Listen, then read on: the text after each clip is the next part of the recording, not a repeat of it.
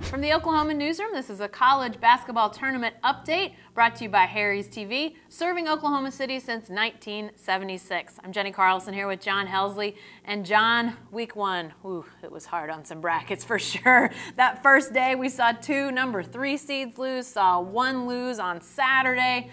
But obviously the regional with the most upheaval is the one people around here are probably watching most, and that is the East. The 1 is gone, the 2 is gone, the 3 is Oklahoma. What about that regional, John? Well, it's been a lot of fun, obviously, and upsets from the get-go. When Oklahoma finally got around to playing a game, 2 number 3 seeds had already been ousted. So a lot of interest in that, obviously. How would they do? They've played pretty well through 2 games. Right now, it looks like they're right there in that region. Yeah, and that regional's got some teams playing exceptionally well. Oklahoma will play Michigan State on Friday night. Tom Izzo in March is always tough. And then NC State, who's charging hard, they're playing Louisville on that other Friday night matchup. So a lot of good stuff to watch there. Let's talk about 1 seeds, John, because as we mentioned, Villanova, one of the ones is gone. The other 3, though, remain.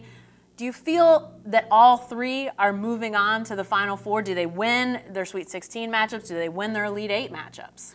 I like 2 of them. Okay. I mean, I still like Kentucky and I like Wisconsin, which was my pick to win. And hey, let's give it up to the roundtable group last week. I think we all pegged Villanova as the most vulnerable number 1 that came to pass. So I like those 2. I think Gonzaga's got a chance in the South to maybe get after Duke there and get Duke out of there. I like Gonzaga. I think they were right there as a number 1 seed for a lot of the season. Late in the year, kind of moved down to that 2 line. But I like them. I think they've got a nice team and really have the type of stuff that works well this time of year. That is an interesting regional, too, because you have Duke playing Utah, sort of an upstart team, but a team that a lot of people really have come to like as they've watched them in those first 2 rounds. And then you mentioned Gonzaga, but they play UCLA, the team that a lot of people didn't think would get in, and here they are in the Sweet 16, or didn't deserve to get in. Here they are in the Sweet 16, so a lot of interesting stuff there. John, a lot of people pick their bracket before the games start, and at this point, they're looking at it and saying, well, I'm out. I can't do anything anymore.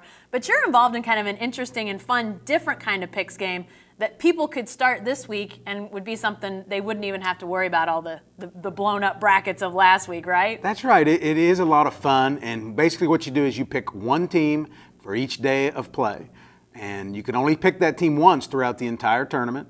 And you pick that team and you get points for the win, 2 points for the win, and then additional points for their seed. So say UCLA, which I took last week in the very first day, they won. They were 11 seeds, so I got 11 and I got 2 for the win. And then it's just at the end, who's got the most total points. So it's kind of fun, and you pick 1 team every day and you kind of follow that game and see what happens. Obviously, people still have their brackets out there, but if you're looking for something that maybe get a few more teams to cheer for because a bunch of years got bounced. Maybe start that idea around with your friends, office mates, that sort of thing. Lastly, John, let's kind of reset these regions and talk about who you like coming out of these regions, because there have been some games involving even the 1 seeds that you might go, okay, are they ready to come out? Who do you like coming out of each of these regionals? Well, we mentioned 2 of the number 1 seeds, like Kentucky, like Wisconsin. Yep.